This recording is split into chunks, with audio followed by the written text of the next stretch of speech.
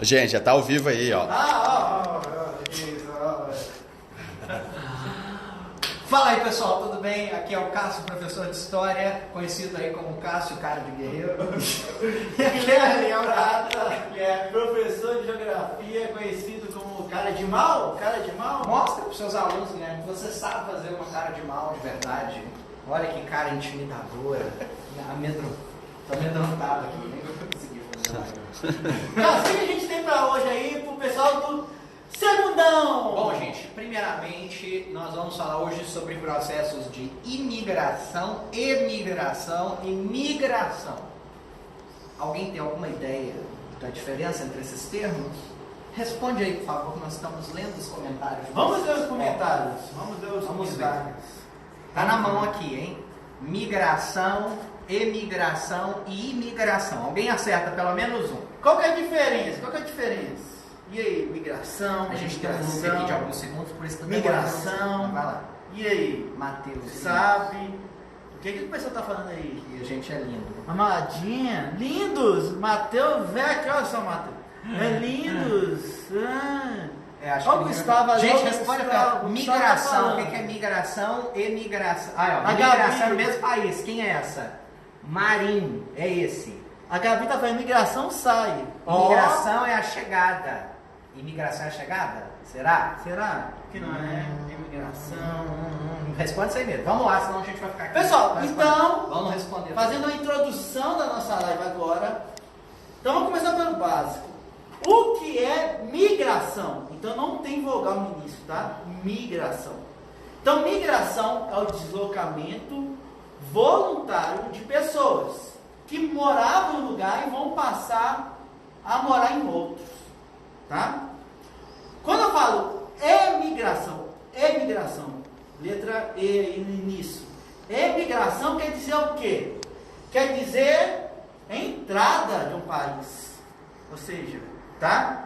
Então, emigração quer dizer quando alguém vai sair. Ok? Então, imigração é saída. Migração, olha, até eu me confundi no início. Imigração é saída. Imigração é entrada. Tá? Mas olha só como pode ser relativo.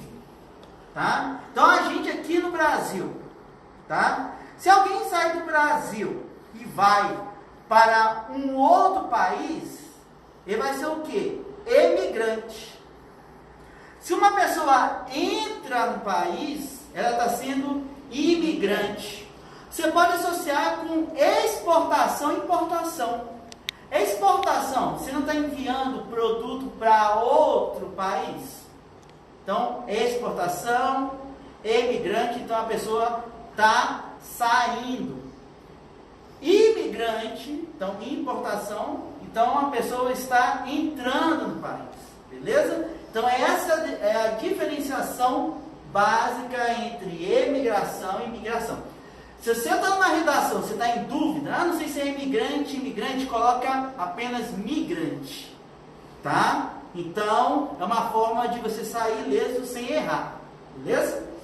Agora que o Guilherme já passou as definições, eu vou fazer uma outra pergunta. O que já aconteceu mais no processo do Brasil aí, no processo histórico? Imigração ou emigração? O que já rolou mais aqui dentro do Brasil? A entrada de pessoas de fora ou a saída de pessoas brasileiras para outros lugares? Responde pra gente aí, ó, 5 segundos para você. O que rolou no Brasil?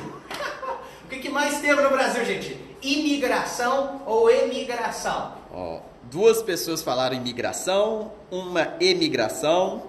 Tem um aqui que falou os 2. A produção está ótima. Então, olha só. Continue, produção, fale mais. Imigração. Imigração, saída, entrada. A maioria tá falando imigração aqui, ó. Entrada. Que Uau. voz é essa, hein? Que legal. Olha só, gente, essa voz misteriosa aí de alguém que vocês não conhecem, né? O nosso câmera boy, Bruno Felipe, tá aí fazendo a leitura pra gente. Bom, de fato, na maior parte dos contextos históricos do Brasil, rolou processos de imigração. Entraram pessoas no Brasil. Mas a gente tem que ter um certo cuidado com o contexto. porque em determinadas épocas os brasileiros buscaram refúgio em outro lugar, sim, tá? Nós vamos analisar isso no final aqui da nossa live. Bom, na verdade, assim, desde o começo da história do Brasil, como a gente chama de Brasil, né, a partir de 1500, o Brasil ele recebeu muitas pessoas de fora, muitas pessoas entraram aqui. Primeiramente, portugueses. Os portugueses não são nativos do Brasil. Tá? Na verdade, quem é nativo do Brasil? Porque se a gente for analisar, gente, até os nativos, né, eles são imigrantes da Ásia de 10 mil anos anteriores, mas isso aí é para outro dia. Vamos lá. A partir de 1500, então, o que acontece? Os portugueses são imigrantes no Brasil. Eles entram aqui principalmente a partir de 1532 com o objetivo de colonizar, de encontrar riquezas e de produzir riquezas, né? Enquanto minas de ouro não fossem encontradas, eles produziriam aí artigos agrícolas, iam fazer extrativismo, né? De coisas que o Brasil tivesse que fossem valiosas. Mas nesse contexto aí do século XVI é importante saber que nós já tivemos outros imigrantes aqui. Nós tivemos franceses quando eles iniciaram suas navegações. Nós tivemos ingleses, holandeses, tá? Então o Brasil recebeu muitas pessoas de outros lugares já no século XVI e no século XVII. Mas no século XVIII o Brasil viveu um verdadeiro boom populacional, né? Um verdadeiro crescimento demográfico. Isso em função de algo que é bem atrativo, né, gente? Uma coisa que normalmente as pessoas gostam, normalmente as pessoas se sentem atraídas, né? Eu não estou falando de beleza, estou falando de ouro, tá? No século XVIII foi encontrado ouro no Brasil e aí isso faz com que uma multidão de pessoas venha para cá, de vários lugares do mundo, inclusive. Só que os portugueses tentaram limitar o máximo possível essa vinda de pessoas para cá. E aí, basicamente, o número de portugueses é que cresce aqui, na verdade, tá? Bom, e aí no século XIX, que é o nosso enfoque aqui na aula de hoje, século XIX e XX, nós temos uma variedade maior de imigrantes, tá? Que vão chegar no nosso país, desde o comecinho do XIX.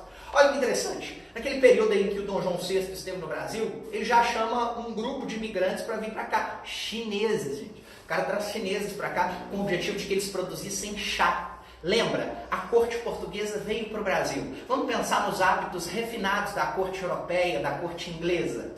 Tomar chá, tá? Já que a corte portuguesa veio para o Brasil, o Dom João VI traz um grupo de chineses para que eles produzissem chá para a corte, tá? Com um número restrito.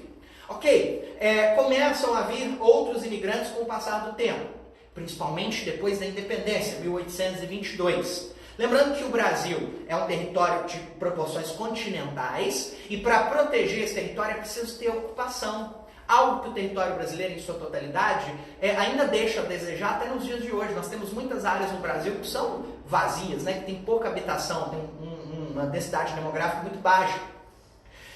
Para garantir a estabilidade, a proteção, a defesa do território, quando o Brasil se torna independente, o governo brasileiro, o Império Brasileiro, Dom Pedro I, ele decide trazer pessoas para ocupar o Brasil. E quem poderia vir? Quem poderá nos defender, né? Os africanos que já estavam em grande número aqui por causa do tráfico negreiro? Não, os africanos não serviam para proteger o território da visão dos portugueses, né, dos brancos brasileiros que estavam aqui. Quem que poderia defender o território brasileiro? Portugueses? Não, portugueses não. O Brasil tinha acabado de se separar de Portugal. O que o Dom Pedro vai pensar? Olha, minha esposa, a dona Leopoldina, ela é austríaca, já sei, posso trazer a parentada dela para cá. O Dom Pedro I, então, ele convida as pessoas germânicas, os povos germânicos para virem para cá. Nesse momento, então, na década de 20 do século XIX, na década de 30, o Brasil começa a receber um grande número de imigrantes alemães que vão ser direcionados para áreas específicas, vão ser direcionados para áreas rurais, para áreas isoladas, gente, para áreas assim, vamos falar do português mais claro para vocês entenderem. Os alemães vieram para cá, eles foram conduzidos para o fim do mundo, para o nada, onde não tinha ninguém, onde só tinha mato e bicho selvagem, tá? E o alemão que veio para cá, ele nem sempre quis se adaptar a essa realidade de isolamento, tá? Então, os alemães, eles acabam vindo como imigrantes mas eles migram dentro do nosso território para outras áreas do Brasil que fossem mais favoráveis para a sua habitação. Então eles vão procurar áreas próximas de rios, áreas que favoreçam a produção agrícola, tá? Isso acontece muito na região serrana do Rio de Janeiro, isso acontece muito no sul do Brasil. Só que acontece, quais são os direitos trabalhistas que esses alemães vão encontrar no Brasil? Nenhum. Como que os empregadores brasileiros vão tratar esses imigrantes alemães? De forma assim, deplorável, do mesmo modo que tratavam os escravos, né? Vão sofrer inúmeros maus tratos e o governo da Alemanha acaba proibindo esses imigrantes de virem para cá. O Brasil, então, a partir já da década ali de 40, de 50, começa a recrutar imigrantes de outros lugares do planeta. Mais uma vez entra a esposa do imperador na história. Só que agora a esposa do imperador Dom Pedro II, tá? Que tinha aí uma ascendência de família italiana. É nessa hora que o Brasil começa a recrutar em grandes quantidades italianos para virem para cá. Então nós começamos a receber imigrantes italianos que deveriam ser destinados para o campo, deveriam ser destinados para a agricultura, para que gradualmente a mão de obra escrava fosse sendo substituída. Mas o imigrante italiano também não vai querer se submeter às péssimas condições de trabalho no campo e esse imigrante acaba indo para cidades brasileiras, indo para o sul do Brasil, tá? Áreas mais remotas, mas assim, já com colônias alemãs formadas, e esses imigrantes vão se dedicar sobretudo ao comércio nas cidades, deixando a atividade agrícola em grande parte de lá. Você sabe que o maior crescimento, né, da imigração de italianos aqui para o Brasil é a imigração a partir do fim do tráfico de escravos, né?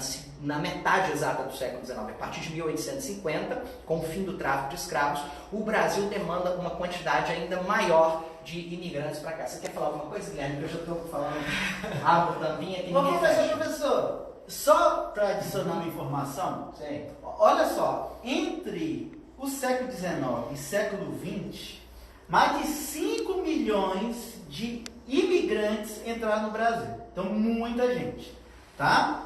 Uau. Os alemães, eles foram principalmente para o sul, né? Com incentivo do governo, como o Cássio falou. Por quê? A região sul, ela não era tão ocupada na época. Então, o mesmo medo que o governo militar teve com a Amazônia, o período imperial teve com a região sul. Então os alemães, eles foram direcionados para a região sul para ocupar a região. Por quê? Se aquela região não fosse ocupada, o que poderia acontecer com aquela região? Ela ia ser perdida. Outros países iriam invadir a região sul e ocupar. Tá? Então é interessante também ressaltar isso, tá? Que esses alemães, eles foram adicionados. E olha só como a gente percebe a influência alemã na região sul. Tem aquelas casinhas clássicas, né? Tem até um festival de cerveja. Oktoberfest. Olha só, maravilha, né? Ele é um dicionário ambulante. Então, tem essa festa alemã, mas também tem nomes das cidades. Olha só, o nome que tem o nome de uma cidade no Rio Grande do Sul. Novo Hamburgo. Olha só, Novo Hamburgo. Então na Alemanha tem uma cidade. Não é hambúrguer, gente, é Hamburgo. Hamburgo, né? Então tem uma cidade na Alemanha chamada Hamburgo.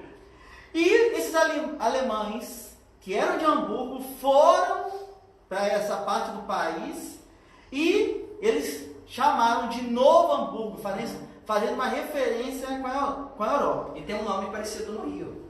Qual? Nova Friburgo. Nova Friburgo. Também é colônia. É verdade, tá? Então, olha só que os nomes também têm uma relação com o passado desses imigrantes. E uma outra coisa, só mais uma informação, passando a bola para você. Vieram mais de 1 milhão de italianos para o Brasil entre 1870 e 1920, tá? Então, é uma informação interessante que mostra a quantidade de italianos, né? Até uma coisa interessante, dentro da geografia a gente tem um solo conhecido como terra roxa. Terra roxa. Aí você pode pensar, o solo ele é roxo? Não. Os italianos quando chegaram no Brasil falavam assim, olha só, uma terra rossa. Rossa. Em italiano quer dizer o quê? Vermelho. O brasileiro entendeu o quê? Roça como roxo. E, como se sentia um pouquinho inferior, começou a falar o quê? Se italiano, se um povo europeu está falando que a terra é roxa, então eu vou chamar de terra roxa. Mesmo vendo que era vermelho. E mesmo que vendo como era vermelho. Então, daqui a pouco eu vou. Então, assim, a maior demanda de imigrantes italianos vai acontecer a partir de 1850, porque não podia mais trazer escravo para o Brasil. O tráfico foi abolido. Eu leio o Zé de Queiroz.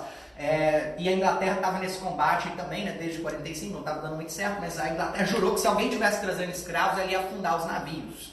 Além disso, a mentalidade do mundo já estava mudando, assim, graças a Deus, né, e considerando a escravidão como uma barbárie, como uma coisa assim, que não era moralmente correta. Tá? Então a escravidão estava prestes a ser findada. O Brasil ainda manteve por alguns anos, mas o tráfico acabou. Os escravos, homens, né, que mais trabalhavam, que mais se esforçavam, foram morrendo, e aí surge algo que os brasileiros chamavam de falta de mão de obra.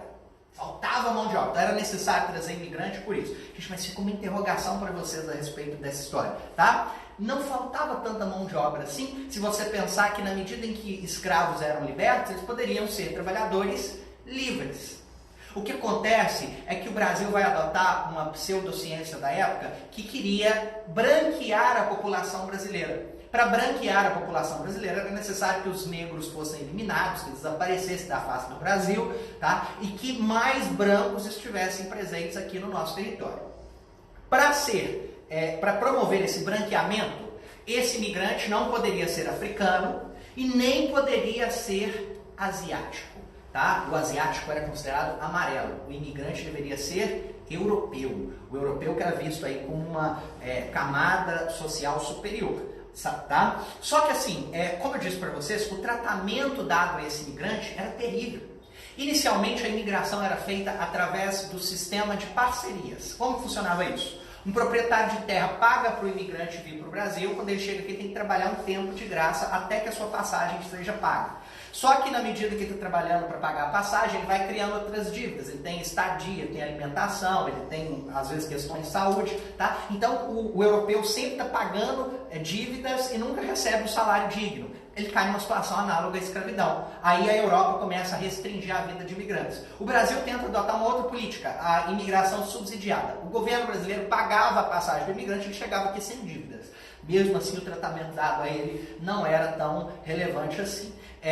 O que o governo brasileiro, aliás, o que a Europa então faz? Restringe a imigração e aí o governo brasileiro é forçado a aceitar imigrantes de outros lugares. Então nós começamos a receber pessoas aí na virada do século XIX para o XX, de regiões do mundo árabe, da Síria, do Líbano. Nós começamos a receber imigrantes japoneses de várias partes do planeta. Ou seja, aquele projeto de branqueamento que era tão difundido, felizmente, né, ele não pôde ser concluído e o Brasil é essa coisa maravilhosa que é hoje, né, um país que tem uma diversidade fantástica.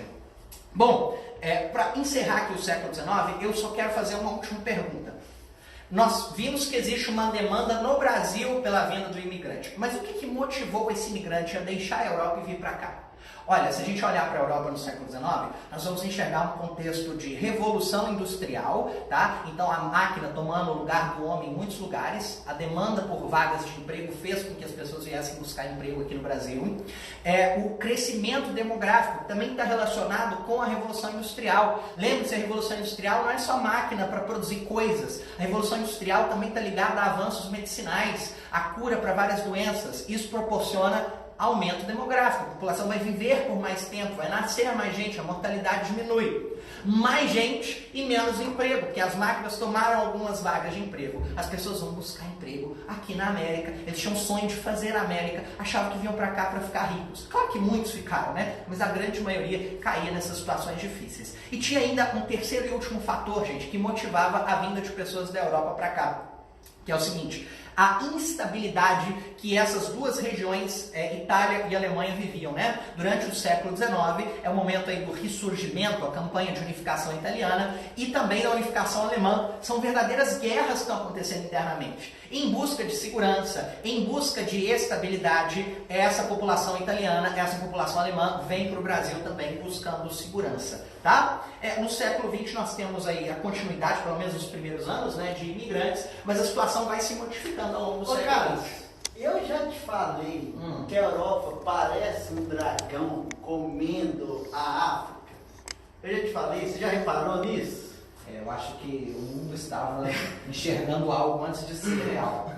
Mas fala que não é, a Europa... Não, parece, olha só, é um bicho comendo a África. Olha só, olha, é um bicho, né? Mas isso faz sentido, então, esse mapa tá distorcido. Esse mapa tá distorcido, mas dá pra pensar nisso, dá pra ver, não dá? Então, já pensou nisso? Pense, tá? Faz sentido. Ó, então, produção, passa o slide, né? Que a gente vai entrar agora no século XX. Obrigado, produção. Pessoal, século XX. Então, a migração predominante durante o século XX não vai ser de imigrante, tá? Vai ter uma pouca entrada de imigrante aqui no Brasil no século XX. Porém, no século XX, você vai ter uma migração interna muito grande. Então, você vai ter brasileiros saindo de uma região e indo para uma outra região. A gente chama isso de migração interregional, tá? Então, aqui a gente tem esse mapa mostrando um pouco disso. Olha a década. Entre 1950 a 1970. Então, vocês estão vendo aqui as setas, né? Então, uma reta com uma seta. Então, maior a reta quer dizer que tem maior fluxo de pessoas. Então, qual região aí que está tendo maior emigração? Ou seja, maior saída de pessoas. Qual região aí, ó? Então, percebendo aí no mapa, né? Então, respondem para mim, qual região? Está saindo do Nordeste para o Sudeste, da região Norte para a região Centro-Oeste, do Sul. E aí, temos pessoas respondendo, Nordeste, ó Nordeste, o Contígio, eu conheço esse cara. Então, olha a quantidade de gente aqui respondendo corretamente. Exatamente, pessoal, gostei de ver. Então, uma grande parte de nordestinos estão saindo do Nordeste em direção ao Sudeste. E qual é o motivo disso? Primeiro motivo, na década de 50 você tem o início, né, e o desenvolvimento da nossa industrialização. A indústria vai precisar de mão de obra. Então, os nordestinos, sabendo que tinha uma oferta maior de emprego no Sudeste, eles vão começar a migrar, tá? Então, você tem uma imigração de nordestinos para o Sudeste, tá? Só que também a gente tem de nordestinos saindo para a região Norte. E por que os nordestinos foram para a região Norte? Nós temos alguns motivos. O primeiro, o governo militar, então a partir de 64, durante o regime militar, estava oferecendo terras para os nordestinos na região Norte. Então, muitos nordestinos foram para Amazonas, para o Pará, por causa do governo federal que estava oferecendo terras, tá? Também você tem algum projeto mineral, tá? Então, você tem a Serra dos Carajás ali começando a precisar de mão de obra, então isso tudo acaba influenciando, beleza? Então, a migração tem a ver com esses motivos, ok? Passa para mim, produção, mais uma vez. Migração entre 70 e 90. Então, você continua tendo fluxo de nordestino para o Sudeste, né? Você tem nessa época o auge da industrialização do Sudeste, então vai atrair mais pessoas. Mas olha só como esse mapa começa a ficar uma confusão, né? Ou seja, olha como a migração interna no Brasil ela foi significativa a partir dessa época. Isso tem explicação, tá? Você tem a introdução da televisão no país. As novelas de hoje, e também de antigamente, elas mostram principalmente quais cidades? São Paulo e Rio, né?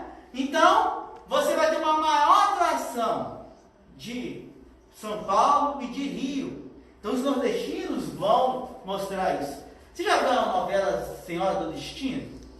Se não, procura aí no YouTube, tá? Que você vai entender. As pessoas não são tão antigas. Não, eles são muito velhos, né? Então, corta essa parte, né? Olha só que interessante. A região sul, então vai sair das pessoas da região sul para o centro-oeste até para o norte. E por que ocorre uma migração assim? Por causa da expansão agrícola no Brasil, tá? Então a produção de soja, a produção de milho começa a ocupar a região centro-oeste. Vai precisar de mão de obra. Então, muitos sulistas saem para o centro-oeste, ok? E você continua tendo uma mudança, olha só, do nordeste para a região norte, tá? Aqui já tem a Zona Franca de Manaus, que é um outro motivo, né? Precisamos de mão de obra. Então, você tem essa movimentação. E o último mapa, por favor, você vê aqui, ó, a partir da década de 90, tá? Década de 90. Então, você continua tendo um fluxo imenso de nordestino para o sudeste. Mas você vê que está, entre outras regiões, também está acontecendo. E olha só que interessante. Aqui você tem um fluxo contrário de pessoas indo para o Nordeste. Ô Carlos, chega aí. Você via muito Gugu na década de 90? Anos 2000? Meu pintinho amarelinho. Não, tá, exatamente. Tinha um pintinho amarelinho. Mas tinha um quadro no Gugu que era muito famoso. De Volta para Minha Terra. Você lembra disso? Lembro. E o que esse quadro mostrava? As pessoas elas vinham para que elas consideravam capital, né? Exatamente. Que seria nordestinos que vinham para o sudeste. Nordestinos vinham para o sudeste em busca de emprego, de melhores condições de vida, só que acabavam em situações tão deploráveis que não tinham nem grana para poder voltar para casa. E o que o Gugu fazia? Aí ele financiava a volta para casa. Exatamente, né? Ou seja, o Gugu estava mostrando um fluxo de imigração. A gente deu um nome para isso, migração de retorno. Olha só, o Gugu é um gênio, estava mostrando na época um fenômeno populacional, migratório. Ele estava mostrando a volta de nordestinos para a sua região. E por que o nordestino estava voltando para a sua região? Porque o Nordeste estava começando a se desenvolver. Então, se o Nordeste está se desenvolvendo economicamente, quer dizer que você tem mais oferta de emprego. Então, sabendo disso, inúmeros